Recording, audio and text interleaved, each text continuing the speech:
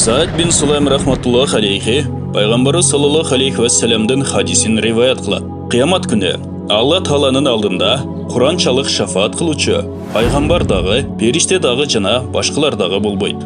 Құранның шафаат қылышы жана анын шафаатыны қабыл қылынусы туралы башқа көптөгөн хадистерден бизге белгилүү. Алла Таала өзүнүн мээрими менен мага да, силерге да Құранды шафаат кылуучу кылсын, бизге каршы чыгуучу жана күнөөлөөчү кылбасын. Лали Маснуа аттуу китепте Баззардын риваятын жазган. Аны мавзу, хадистин бир түрү деп да айткан эмес. Качан адам өлүп, үй бүлөсү аны көмүүгө даярдык көрүп жаткан учурда, анын баш жагында бир сулуу кишинин сүрөтүндө бирөө турат. Качан кепинге уруп башташканда, ошол сулуу адам кепин менен көкүрөктүн ортосунда болот. Элдер аны көмүп кайткандан кийин Мункар жана Накир деген периштелер келет дагы. Аны өз алдынча суракка алуу үчүн аны өлгөн кишиден ажыратууга аракет кылышат. Бирок ал мындай деп айтат: "Бул менин досум.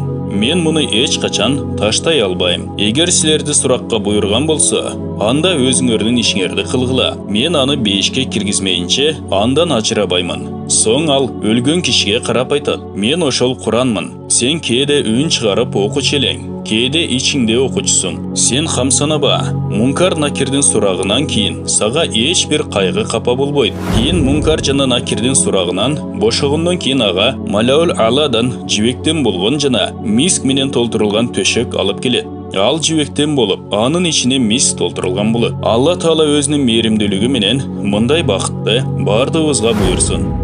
Бул хадис өтө көптөгөн фазилеттерди өз ичине камтыйт. Бирок ал узун болгондуктан китеп чоң болуп кетпестиги үчүн кыскартылды.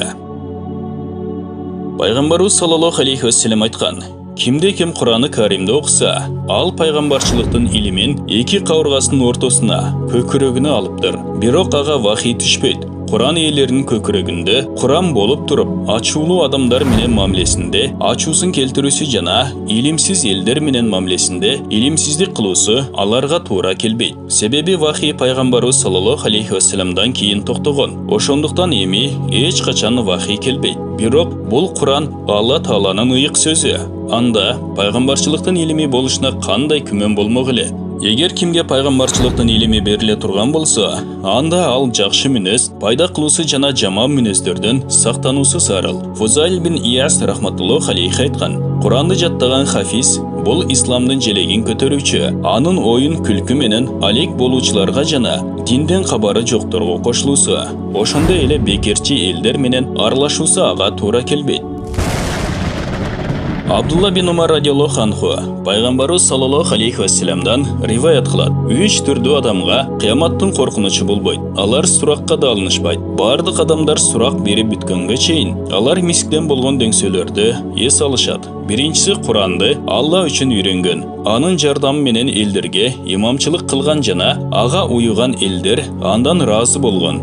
Экинчиси элдерди Алла үчүн намазга чакырган адам. Үчүнчүсү өзүнүн Раббиси менен жакшы мамиле кылган, ага баш ийген жана өз кол астындагылар менен да жакшы мамиледе болгон адам."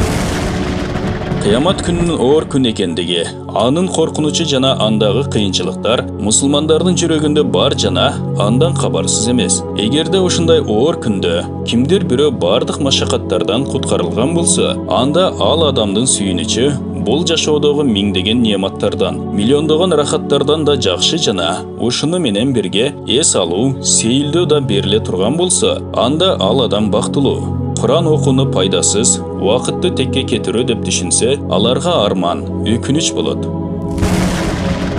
Мужим Кабирде ушул хадистин башында риваят кылуучу сахаба Абдулла бин Умар радиаллаху анхудан риваят айтат: "Эгер мен ушул хадисти пайгамбарыбыз саллаллаху алейхи вассаламдан бир жолу жана бир жолу жана бир жолу, кыскасы ушул сөздү 7 жолу укпаганымда эч качан айтпас элем." Абу Зар радиаллаху анхудан риваят: Пайгамбарыбыз саллаллаху алейхи вассалам айтты: "Эй Абу Зар, эгер сен эртең менен барып Кураны Каримден бир аят үйрөнсөң, бул 100 рекет нафил намаздан жакшыраак жана эгерде сен илимден бир бөлүк үйрөнсөң, мейли, ошол убакытта ага амал кылынсын же кылынбасын, сага 1000 рекет нафил намаздан жакшыраак. Илим алуу ибадат кылуудан жакшы экендиги көптөгөн хадистерде келген. Илимдин фазилеттери тууралуу хадистер ушунчалык көп. Мунун баарын бул кичинекей китепчеге киргизүү кыйын.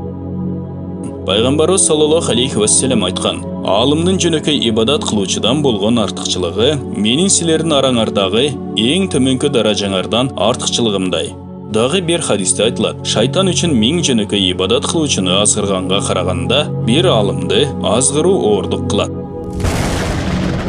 Абу Хурайра радиаллаху анхудан риваят. Пайғамбарыбыз саллаллаху алейхи вассалам айтты: "Кимде-ким 10 аят түн ичинде тилават кылса, окуса, ал гафилиндерден болуп эсептелбейт." Гафилин бейкапар деген мааниде. 10 аятты окуганга көп деле убакыт сарпталбайт. Эгер бир нече мүнөт сарп кыла турган болсо, түнү бою гафилеттен чыгат. Мындан өткөн кандай фазилет бар? Абу Хурайра радиаллаху анху Пайғамбарыбыз саллаллаху алейхи вассаламдан риваят кылат: "Кимде-ким 5 вак фарз намазды өз убагында такай окуса, ал гафилиндерден бейкапар болуп жазылбайт. Ал эми кимде-ким 100 аят түн ичинде окуса, ал адам ошол түндө моюн сунуучулардан болуп жазылат." Хасан Басри рахматуллаху алейхи Пайғамбарыбыз саллаллаху алейхи вассаламдын хадисин риваят кылат: "Кимде-ким 100 аят түндөсү окуса, ал Курандын сурагынан кутулат. Кимде-ким 200 аят окуй турган болсо, түнү бою ибадат кылганынын сообу жазылат. Ал эми кимде-ким 500дөн 1000 аятка чейин окуй турган болсо, ага бир кинтар берилет." Сахабалар кинтар деген эмне деп сурашты. Пайгамбарыбыз саллаллаху алейхи вассалам айтты: 12 миңге барабар дирхам же динар алтындан же күмүштөн болгон акча. Абдулла бин Аббас радиаллаху анху риваят кылат: Жабраил алейхиссалам Пайгамбарыбыз саллаллаху алейхи вассаламга кабар берди: "Көптөгөн фитналар, дүрбөлөңдөр пайда болот." Пайгамбарыбыз саллаллаху алейхи вассалам андан сурады: "Алардан кантип кутулса болот?" Жабраил алейхиссалам: "Алланын китеби" деп жооп берди. Алла Тааланын китебинде амал кылуу фитналардан кутулууга жардамчы. Аны окугандыгынын берекесинен фитнадан сак болуп, 22-чи хадисте айтылып өттү: "Кайсыл үйдө Куран окула турган болсо, ал үйгө сакина жана рахмат түшөт. Ошондой эле шайтандар ал үйдөн чыгышат." Бул жердеги фитна тууралуу уламалар Даджалдын чыгышы, монгол татарлардын жууртулу жана башкалар деп айтышкан. Али радиаллаху анхудан да ушул мазмунда узун риваят айтылган. Анын риваятында Яхья алейхиссалам Бани Исраилге айтты: "Алла Таала силерди өзүнүн китебин окуганга буйурду. Анын мисалы өз коргонунун ичинде сакталган эл сыяктуу. Кайсыл тарабынан аларга душмандар кол сала турган болсо, аларды Алла Тааланын китеби коргойт жана ошол душмандарды артка кайтарат." Бул баян Фазаил Амал китебинен алынып баяндалды. Урматтуу мусулман бир туугандар, биздин Икро медиа каналыбызга катталыңыздар.